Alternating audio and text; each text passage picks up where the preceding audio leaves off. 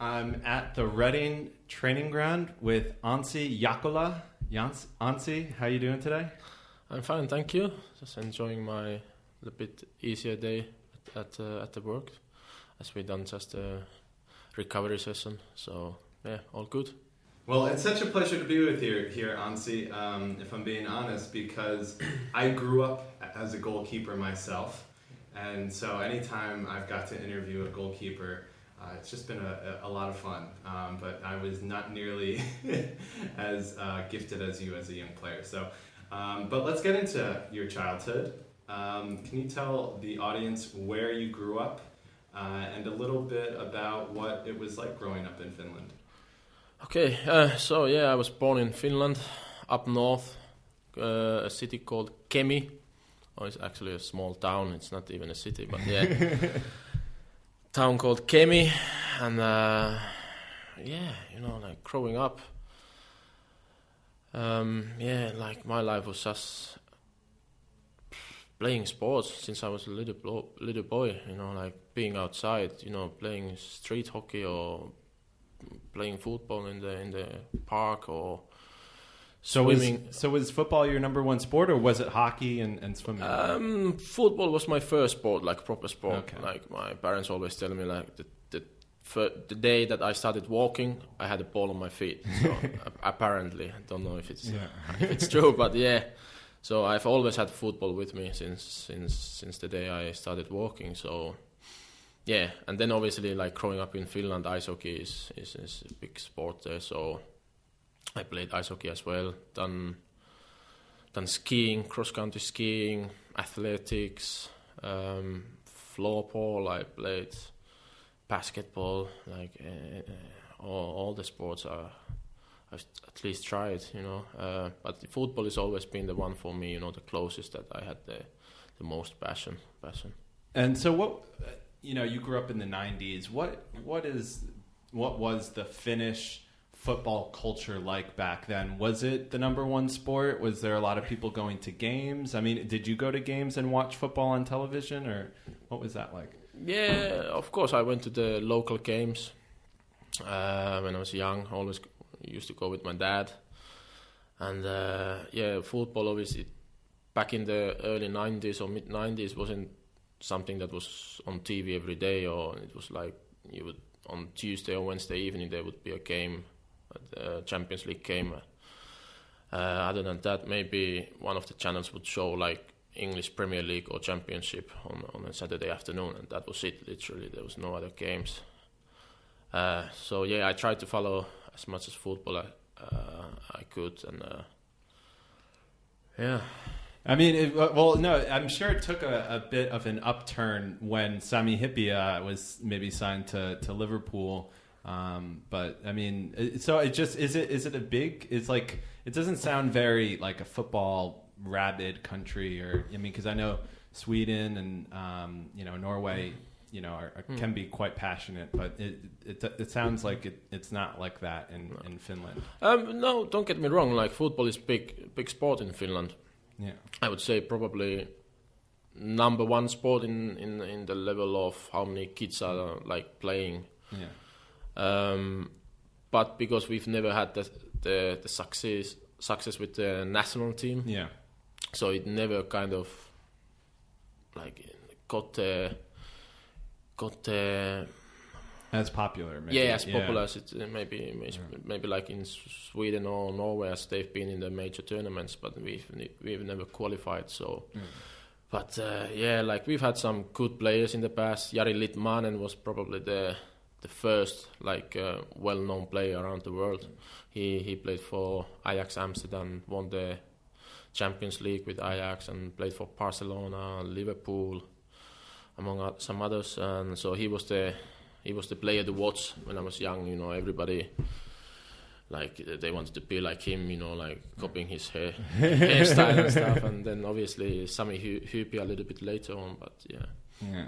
But I've always followed goalkeepers. You know, they've always like since young boy Peter Schmeichel, and then obviously later on some Finnish goalkeepers, Antti Niemi, Jussi Jääskeläinen, who played in Premier League. So I've always idolized keepers and followed them closely. Finland, much like the United States, has a good tradition of goalkeepers, and there's so many in England now.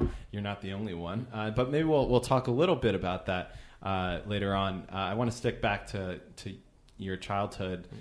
I read that you didn't become a goalkeeper full time until you were 15. Maybe you're shaking your head like that's not true. Is it maybe the reporting in that where I read it isn't true? But is that not the case? Or I can't even remember. Like I started as a goalkeeper. That I remember. I started playing when I was 5. Like that's when I started with the club. And I started as a goalkeeper, and then I've played in every position there is. Okay, and I still remember when I was maybe 13, I played as an outfield player, midfielder, defender, striker. But I think it was, you might be right, like around 15 I made my, the final decision, like, okay, I want to be a goalkeeper. Because I remember I got my first, a youth national team call-up when I was 15. So I think around that time,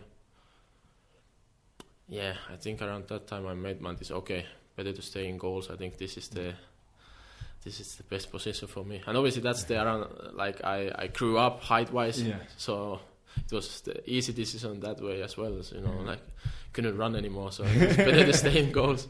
Or it didn't feel like it. I mean, I feel like when I grew up, it was the same. My coaches, you could not only be a goalkeeper. It was like you were a goalkeeper and you were at least one more position. Yeah. So when I was playing goalkeeper when I was younger, it was like you have to play left back or right back, but you can't just play goalkeeper. Yeah. Otherwise, you'll be on the bench because they want to play other people too. Yeah, of course. That's how it should be. I think you can't decide at the age of 5 or 6 look, I'm gonna be a right back, and I refuse to play any other position. At least try something else. Yeah. Well, I want to get into kind of how you became a professional. So, at what point did you think, "Oh, wow, this is going to be a career for me. This is the next, 5, 10, 20 years of my life"? It's an interesting question. I can't remember that either. I always dreamed to be a professional football player, but that was always just a dream. I don't think growing up in Finland, where I'm from, there wasn't too many professional football players who made it abroad, played in bigger leagues. So that was just a dream. But then I think I was 16. I got signed by a team called TP47. Yeah. And they just got promoted to the Finnish Premier League. And so they signed me. And I didn't expect much, I was 60 years old and thought, okay, maybe I'm going to be the third choice, to be part of the first team and get my game time somewhere elsewhere. But I ended up playing my first Finnish Premier League game that season, and I was with the first team the whole season as a backup, and and I got few call-ups to the youth national teams as well. So maybe somewhere there I started to think, okay, maybe if I work hard, this could go somewhere. Yeah. But I never imagined, I would end up having a career abroad. Not in my wildest dreams at that age yet. Yeah. I mean, because as you said, at the time it was not a well-traveled path at that point. So when you, at the age of 20, when you ended up going to Siena, I mean, how did that, was that out of the blue? Did you think there was any chance of you going to Italy and playing there? No, I was 19 when I signed with Siena, AC Siena, and how the move came about. We were on a camp in Italy, maybe a year before or something like that, and there was a scout there, half Italian, half Finnish scout, and he organized the trip for the trip. It was a football camp, for football academy from my town. Yeah. And so we went there for 1 week. We trained and we went to see the sights, and it wasn't just football. But anyway, and we played few friendly matches there, and I think, maybe he saw something in me, like, and I ended up seeing him later on that year back in Finland. Yeah. And I just remember him telling me, like, something that maybe one day be ready, like, to come to Italy, like, to have a, like, tryout or something. And but I never thought anything else of it, But then after the season finished, like maybe 6 months later on, I got the call and said, like, there's a club in Italy in Serie A who wants to see you. They want to call you for tryout, and I was like, why not? Like, I was just happy to go there. I didn't like expect them to sign me or anything. I was just so happy to go there and see a professional club and be like, see how they train and how they do things. And I went there for 1 week originally, and then after the first week they said, oh look, we want to keep you for another week. And I said, yeah, great, no problem. And stayed there for another week, and then after the last training session they told me straight away, look, we want to sign you. And my head just went, like, it was wow. So I remember going back home in Finland, it's just like, I couldn't believe it. It was like the dream came true. and so you get to, so it's so interesting you say that. So it was a dream come true, but then you get to Italy, you get to Siena, and, as far as I can tell in my research, your debut is 18 months after you signed for the club, at least your debut in the league.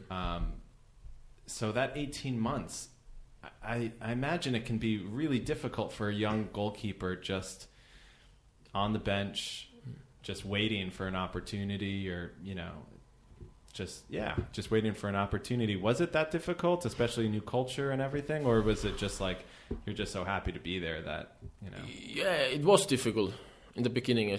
Like, new language, hardly anyone was speaking English.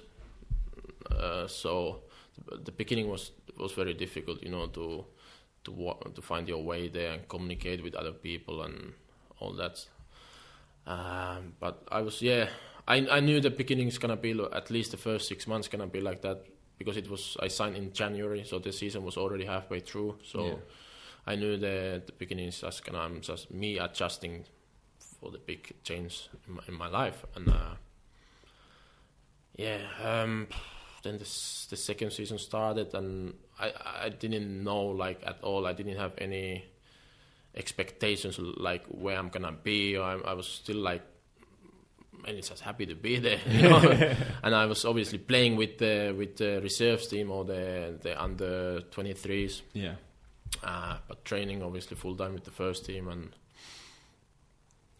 just training hard. That, like, before going to Italy, I never had, like, full time goalkeeper coach.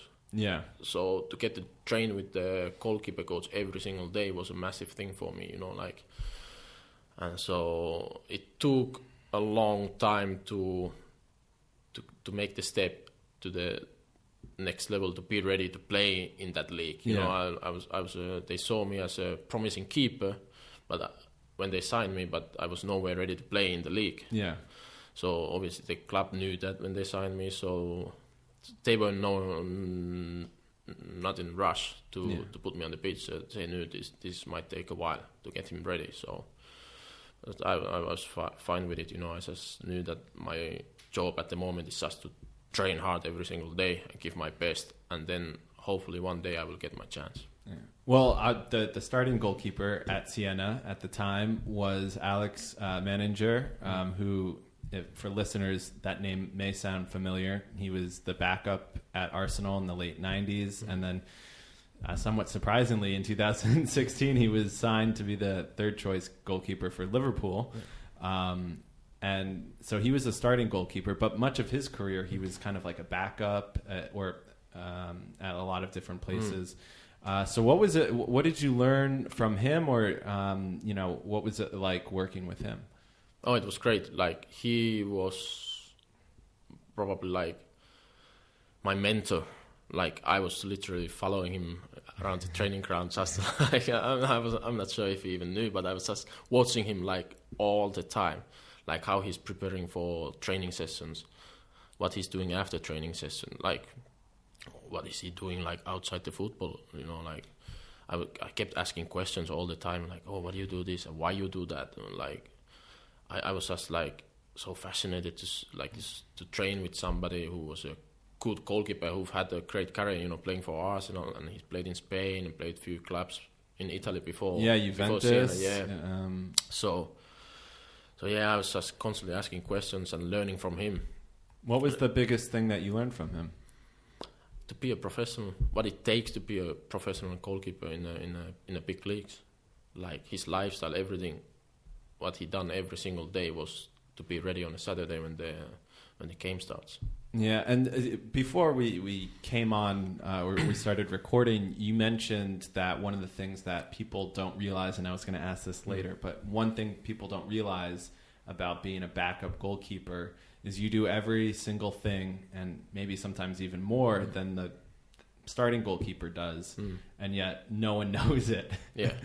Did it feel like that when you were, with him, and kind of after you were even with Siena?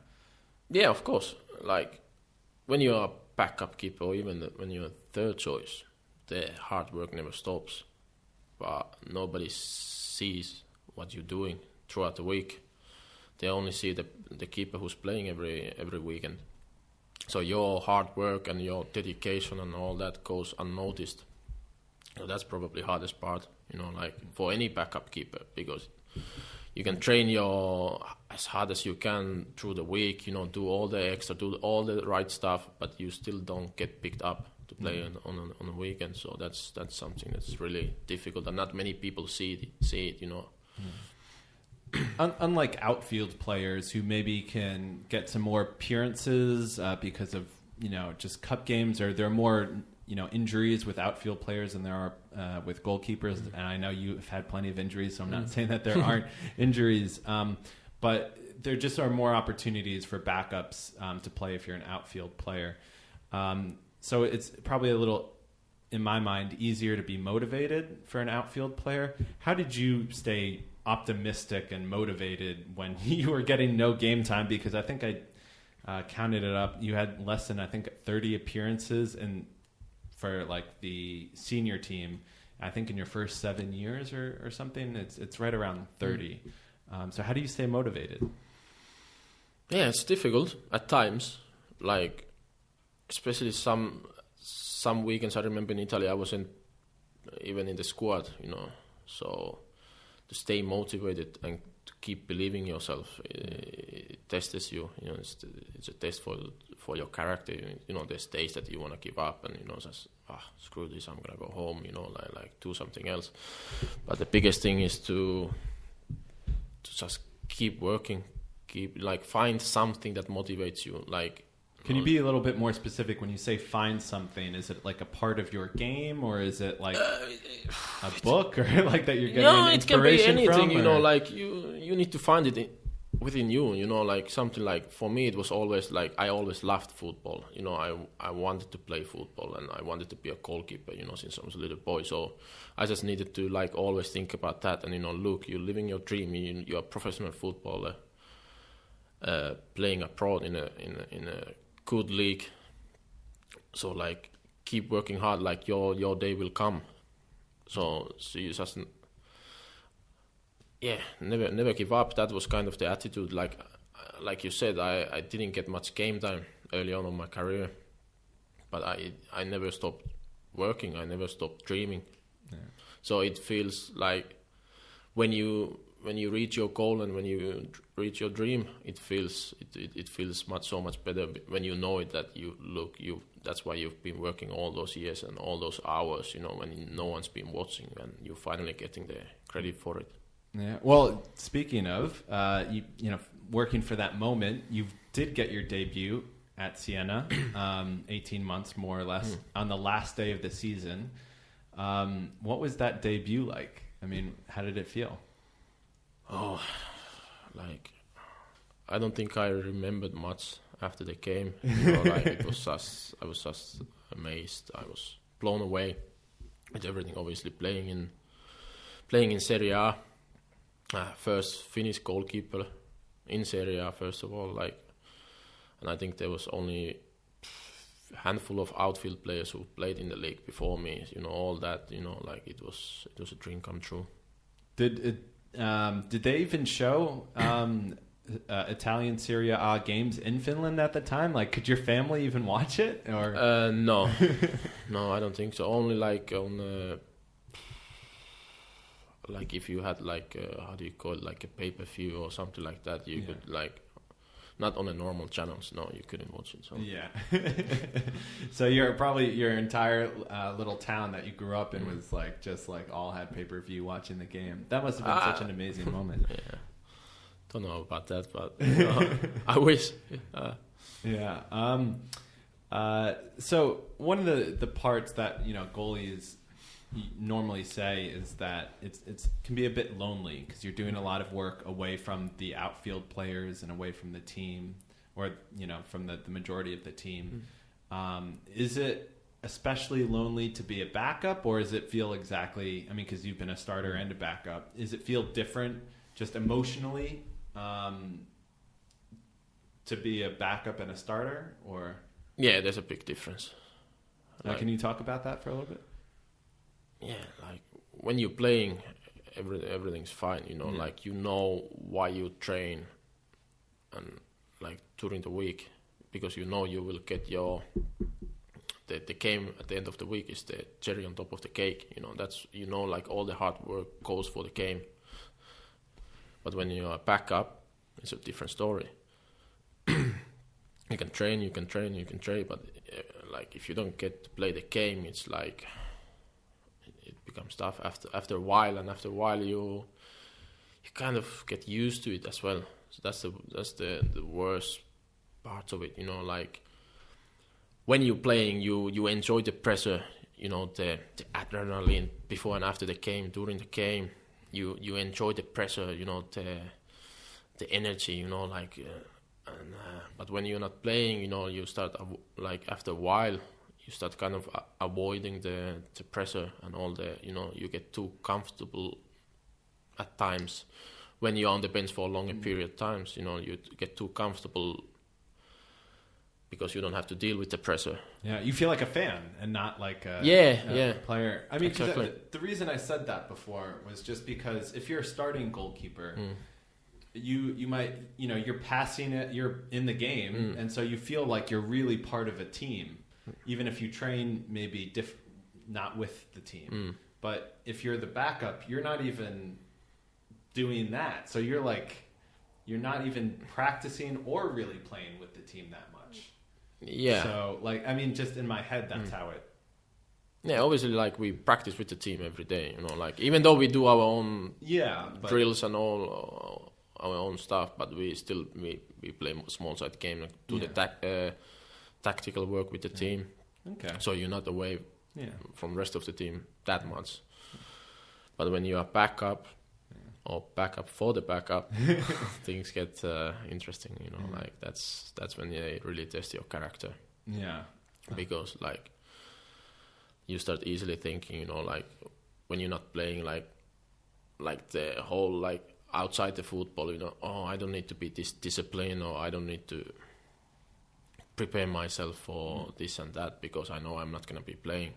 Yeah. So the hardest part is when you are back up, is to keep working, keep believing, and be professional throughout the week.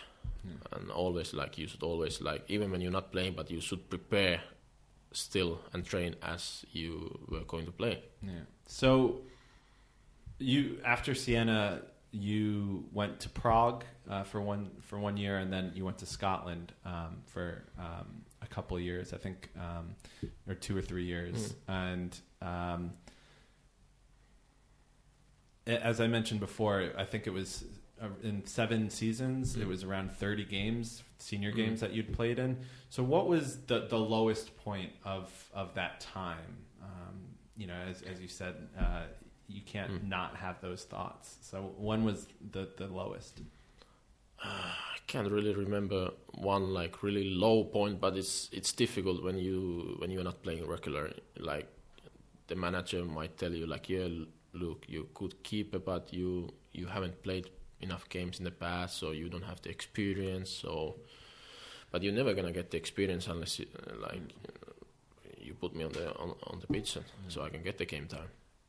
But yeah. So were you like talking with your agent at that point? Like get me somewhere. I know you did a loan in the 4th division of Italian football, but like, I imagine there's a feeling of helplessness. Yeah, there is, but it's easy to say now afterwards. Looking back my career, that if I could change something or go back in time, I definitely would go back in time and change a few things. One would be to go and get regular K time somewhere earlier. Yeah. It doesn't matter where, just go and play when you're young. When you're 19, 20 years old, 21, you need to play as many games, like senior games as you can. I done the opposite. I was training with a great goalkeeper coach and trained with a great team and a club, but I never got to play the games. So when my contract ran out in Italy, I was in a point like, look, I was 22 and I've only played a handful of games in the past 3 years or 3.5 years.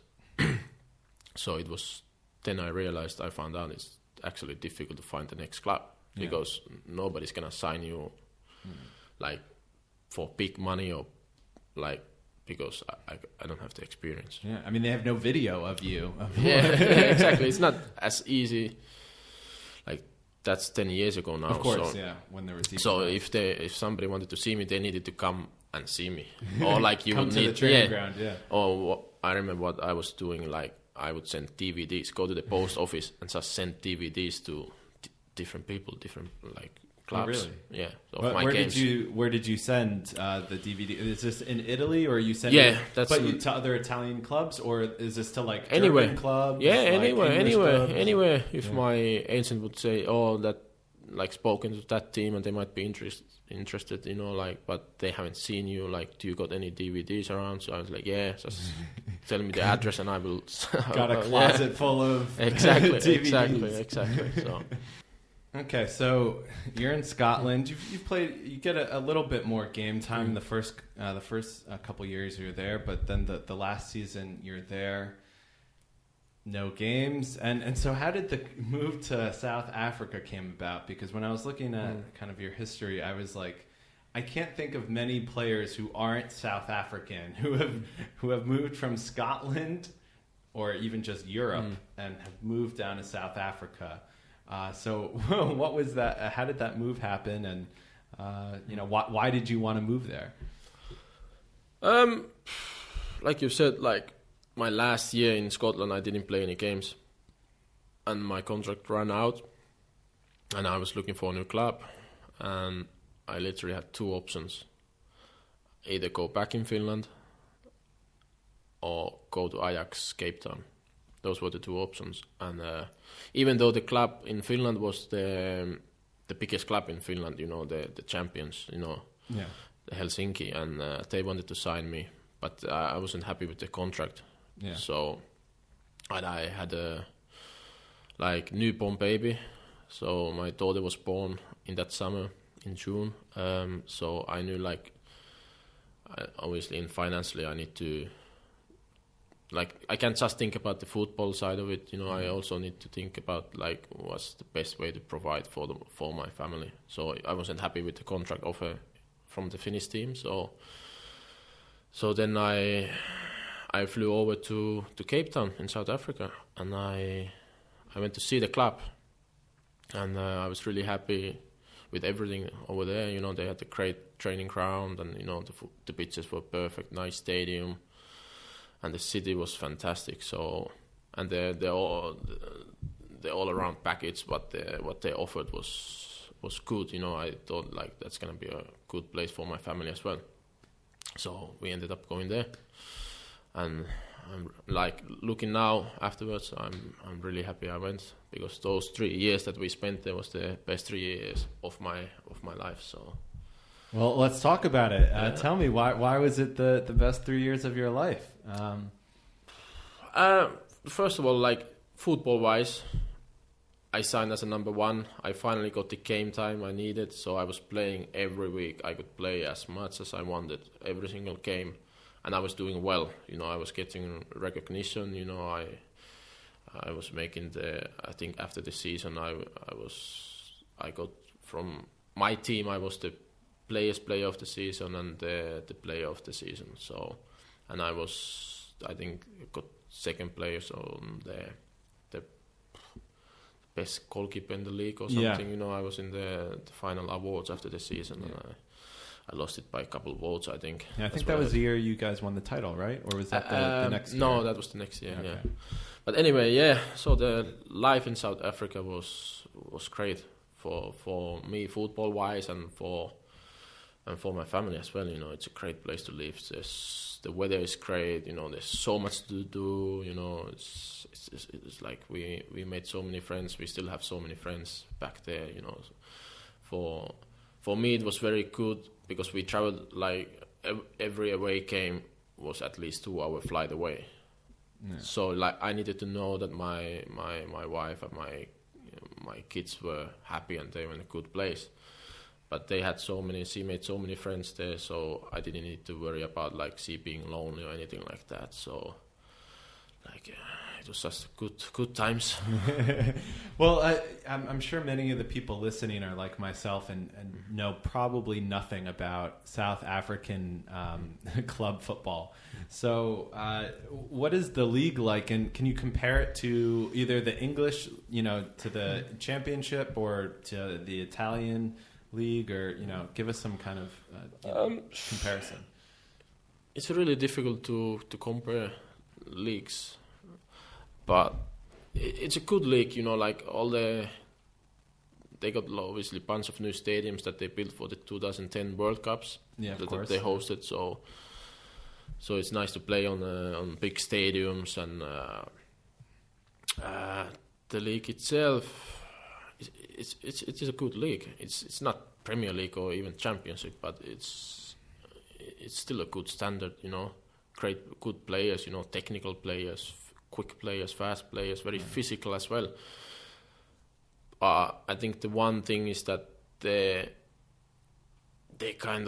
don't have the right mindset, or like to kind of like, how would I explain it? Like they got everything, every like.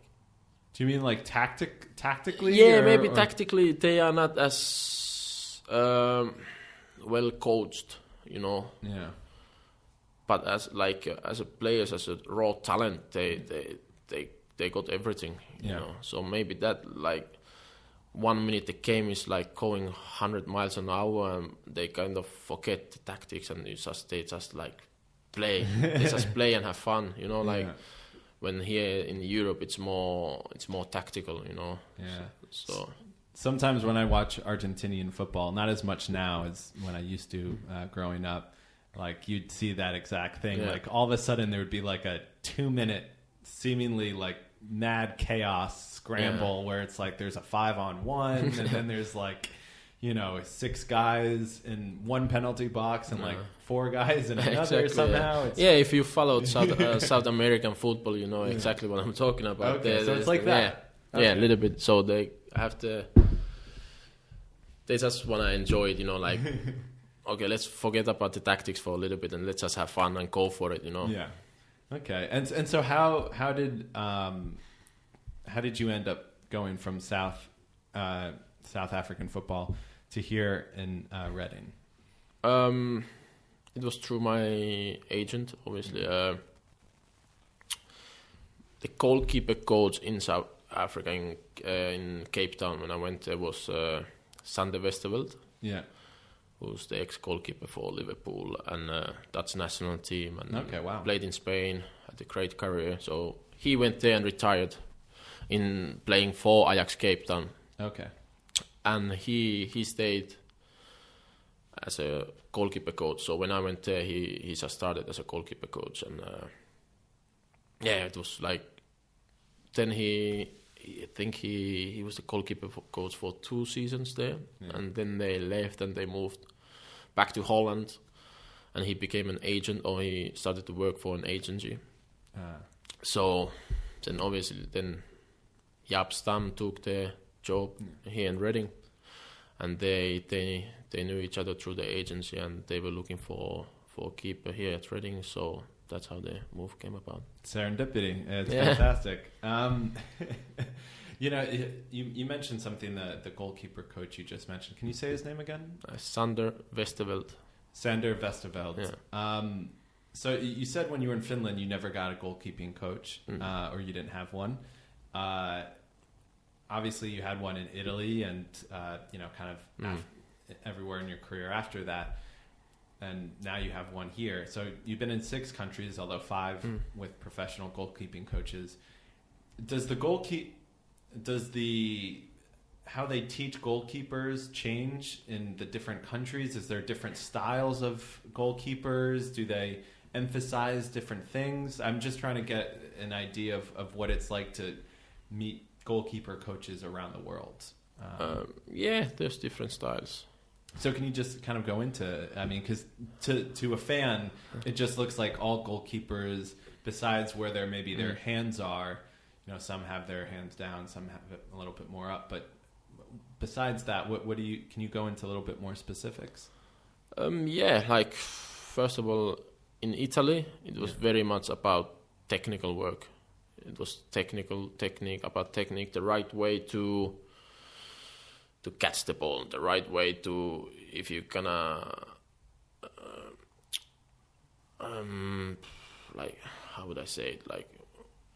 I'm thinking about the right word in my head, when you are... When you're when you're kicking, or when you're catching the ball, when you deflect. No, it's not deflect. Deflect. When you parry the ball. When you have different techniques to parry the ball. Okay. So we done a lot of that type of work, such different ways to catch it, different ways to parry it, where you should parry it. So we will different ways to set just before the shot, that your timing, your setting is correct. Like the jump. Do they emphasize the jump? Because a lot of times when you see goalkeepers in the Premier League, or even yesterday when I was watching David De Gea, he would jump right before the shot, ideally, and then a little hop and then go. So is that what you're talking about, or? But in Italy it was more. They wanted us to be more static without to set without the jump. Okay, interesting. So, I'm trying to catch. Yeah. So like you mentioned about the jump before so I think that's something that it's natural for the keepers to do the jump. I don't think. Well, nobody never taught me to do the jump or told me to do the jump, but I still do it because it feels natural to do it. Yeah. So, yeah. Okay, interesting. Well, now you have a Portuguese goalkeeping coach, Jorge Baptista. So what do you work on with him?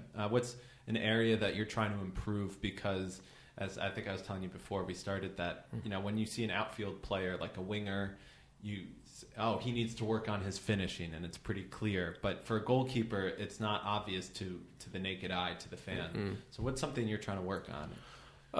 Actually, I would say it's pretty similar to what we've done in Italy. It's a lot of small technical details that we are working and we improving. And also, what we've done is loads of the session's been quite heavy, physically. Okay. So it's been more repetitions.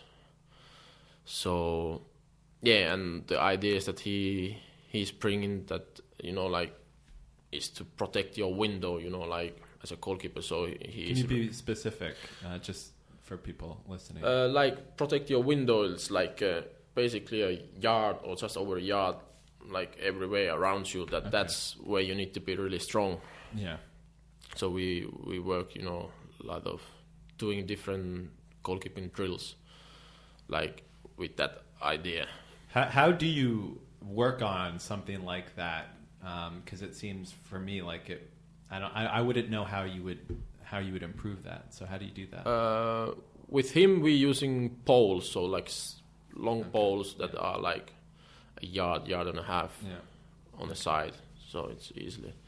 And that's a little bit different to our previous goalkeeper coach, where we use the whole goal always. Okay.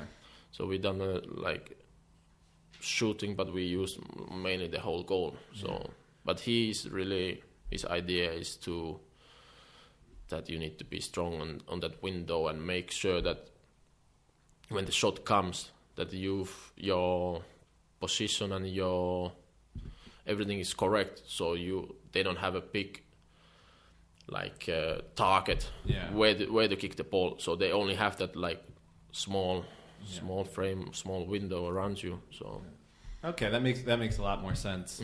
Thank you for clarifying that. I always look at goalkeeper as kind of amongst all the positions, besides maybe center back, as the most mental. Just because one, you have the entire field you can look at, and two, because it's all about your focus, and I think that's why I didn't get any further as a goalkeeper. Like sometimes my mom had to used to be like, Josh, stop looking off the field, like look in front of you. But I look at it as a very mental position. How do you stay mentally focused and like improve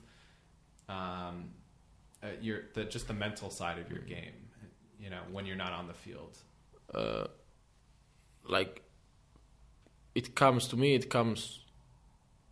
like through playing games. That's how your mental side becomes stronger, and your concentration level gets better. Is to play games. The more games you play, more your concentration levels gets better. You are able to concentrate longer periods of times.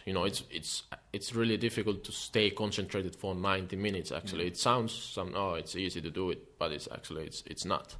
Because in a football game you need to stay concentrated the whole 90 minutes. It doesn't matter where the ball is or what's happening. You still need to keep your focus and everything. And that's one thing that we really worked with this Jorge, our new goalkeeper coach, is the things he said, like, I want the goalkeepers to be really active and focused throughout the whole game. Yeah. So does that mean like you barking at being like communicating more? Or yeah, how do you do that? Well, but like your body language, everything, like how you position yourself on the pitch. Okay. I think it was the first day when he came over. He said he saw our last game, and he said like he wasn't happy like how I looked when the ball wasn't near me. He said I looked too relaxed.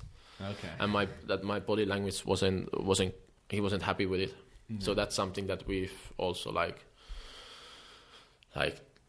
spent time, like making sure that I get that right. So now during the game I'm more focused like on the way, like how is my body, if they play that ball there and there, like that I'm more prepared, I'm more ready. Yeah. Okay. And so when you're one of the biggest jobs of a goalkeeper is to scout the other team, see where do the forwards shoot more, left or right, high or low, and things of that nature. So how do you prepare for a game and scout the other team? Obviously we go through the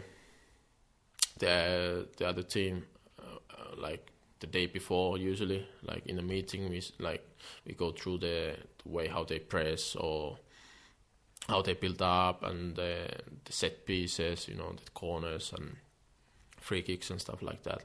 But then later on we do it with the keepers. So we look some clips, like the strikers, like what they like to do. Like this striker likes to shoot with his left foot. He likes to go to the back corner or the far corner. And then we look at the penalties. Maybe 3 main penalty takers and look like the past 5 penalties, and try to like get an idea like in a game if there's a penalty in a game, so where they might go. And obviously we go through the free kicks as well, who are the free kick takers and which side of the goal they prefer. Is there things like that? Is there something specifically other than just like tendencies? Is there something like that you specifically are looking for that might be just a little unusual. Like, I mean, for example, maybe you see a guy goes 50% to the right and 50% to the left, but is there something maybe in the way that their hips are moving, or is there, I mean, you would know better than me, but something else that... Small things, like the run-up.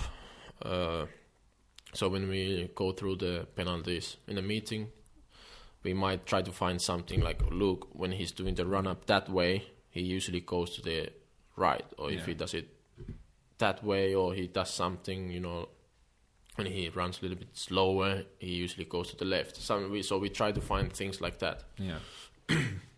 So, but for me, usually if I don't prepare, like I haven't seen a penalty taker before, I'm just trying to look at the guy and just try to get in his head and like try to find something, try to read the player.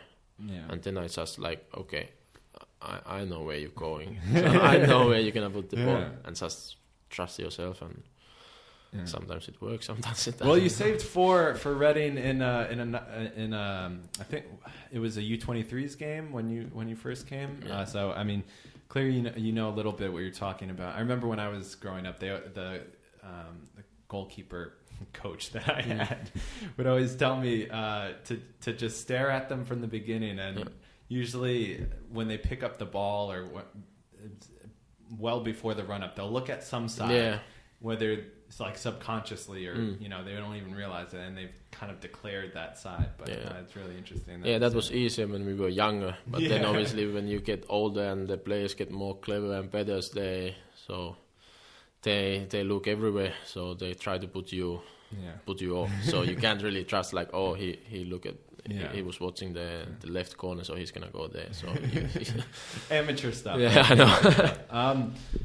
If you were giving like a 20-minute long speech at like a TED talk or at a conference about being a goalkeeper, or what would you give it on? Like, do you think you have like one special ability or something that you're particularly good at? It could be catching, it could be one part of your game that you think you're really good at.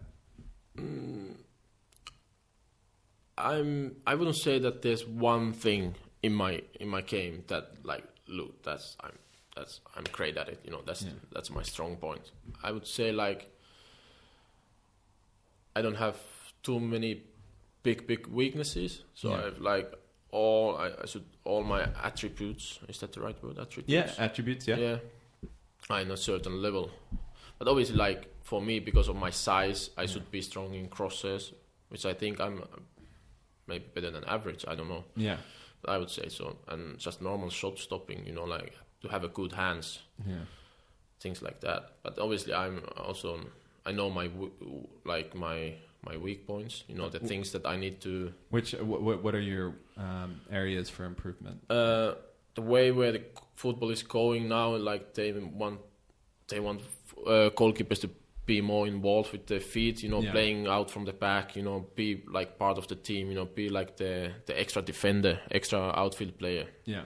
So working, playing with my feet, that's the biggest thing the past couple of years now, that it's something that I've really needed to get better at. Yeah, well, and especially that for a goalkeeper, more than anything, I think takes time. That makes me think of something.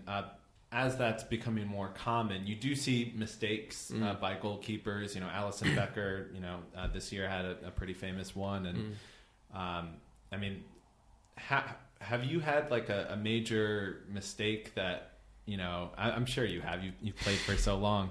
Have you had a major mistake where everyone in the crowd is looking at you and you're just like head in your hands?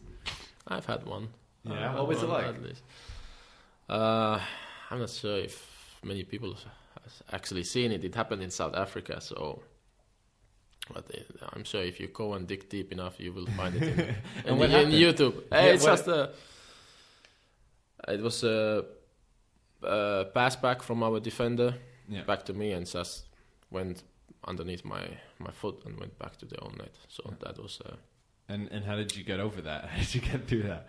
It's difficult. You just need to try to act as like nothing happened, kind of. Like stay cool, stay concentrated. Don't let it affect, or at least don't show like that you are losing it, because inside your head you know exactly like what just happened, but you need to kind of forget it as quickly as you can. So,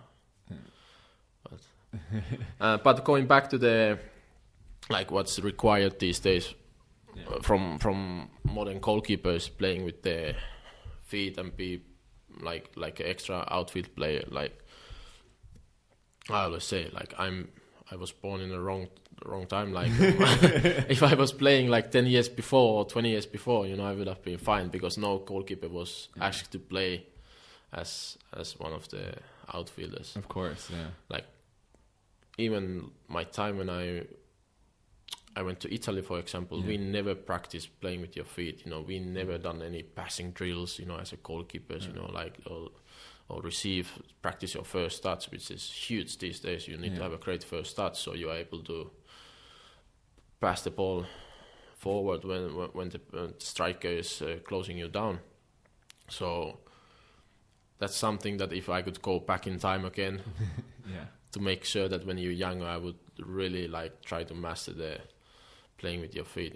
Like practice your first starts and get like better at kicking the ball certain ways. So okay, I'm just gonna ask a couple questions to finish up, because I know you have things to do. So what is obviously now you're the starter at Reading, and you have been for the last couple months. Actually, I looked on Whoscored.com, which does a lot of statistics and whatnot, and they rated you the best goalkeeper in the championship. So I don't really know how they do those ratings, but that's a good thing. So clearly it's working. But you probably, of all people, know how quickly things can change. So what's the goal for yourself personally? Obviously, as a team, I know you don't want to get relegated and you want to win as many games as possible. But for you personally, what's your goal in the next year or so? To be a better goalkeeper. I'm always trying to improve. Always try to get better. Always, find like to be a better player, be the better version of myself. But then in the bigger picture, like obviously I feel like I have a lot to prove. I wanna test myself more. So I would I'm happy at the moment because I'm playing, but I still wanna keep playing for years. So like that's my like long-term target, is to keep playing and keep improving. You've played in 6 countries for about 14 years, or 15 or 16 years professionally. Tell me the most bizarre thing you've seen either on the football field or off the football field. The most bizarre? Yeah, like weird, or just like maybe it's something funny, or I mean, you've played in so many different countries. I mean, I'm sure there's many, but to try to think one. Well, one thing I have to say, like in South Africa, playing there, the players they used to dance before the games in the changing rooms, dance and sing. So that for me was a completely new thing I've never seen before. Like the players, they just would like, even when we walking out of the changing room to go on the beach, the players, they used to dance and sing. So that was the way how they prepared themselves and got themselves going. What are they singing about? Like, is it about football, or is it? I don't know. It wasn't in English. Oh, so, is it? Okay. No. So that was like in South Africa, I think you have like 11 languages in South Africa. So it was one of the native languages that they used to sing. So, but that was something that was like really cool to see. That was their way of preparing themselves to get ready for the game. Like they were so passionate. The way how they were singing and dancing, it was like. Did you join in? Did you do some of the singing and dancing? No, I didn't. But I used to watch it, so it was good to see. All right. Well, just before we go, is there anything you'd like to say to the people listening? Anything you'd like to suggest? Any requests you have of the people listening? No, not really. For any young goalkeeper who's dreaming to become a goalkeeper one day, is to always keep believing, keep working hard. You know, those two things will take you far. You know, you never like doubt yourself. Like, you need to seriously believe that, look, I can do this one day. If I keep working hard, it will take me. I mean, you're the best example of that, honestly. Yeah. I don't know best, but that took me. Like, that was the way how I saw it when things were tough. You know, that kept me going. Yeah. So did you ever think about quitting? I mean, just on that note, like, did you ever entertain that idea of? Yeah, I think I did. It was around the time when I left Italy. Okay. You know, and I had like couple of weeks or a month, or I can't remember, that I couldn't find a club. You know, there was not much interest like from any other club. So I was like, thinking, I'm 22. If this doesn't work out, I can still go and do something else. Yeah. But I'm glad like that I never took that road. Yeah. Okay, wait. Actually, last question, because I meant to ask this before. Which goalkeeper do you really like to study? Like, do you, when you love to watch them and you're like, wow, like that? I mean, obviously there's so many good goalkeepers, but when you watch them, you're like blown away. You're like, at the moment, Ederson from Manchester City. Okay. To me, he's the best at the moment. Like the way he plays, how with his feet, you know, his passing, his kicking, his first starts, his braveness, you know, like his starting position, you know, how he's like helping his defenders is like something. He's a goalkeeper I'm trying to learn from. Yeah. And obviously when I was younger, it was Peter Schmeichel, Iker Casillas, Buffon, all those, like they were my idols. So, but Ederson at the moment, to me, he's the number one. Well, I will leave it on that note. Thank you so much for taking the time today, Anssi. I really appreciate it. Thank you. Thank you so much for having me.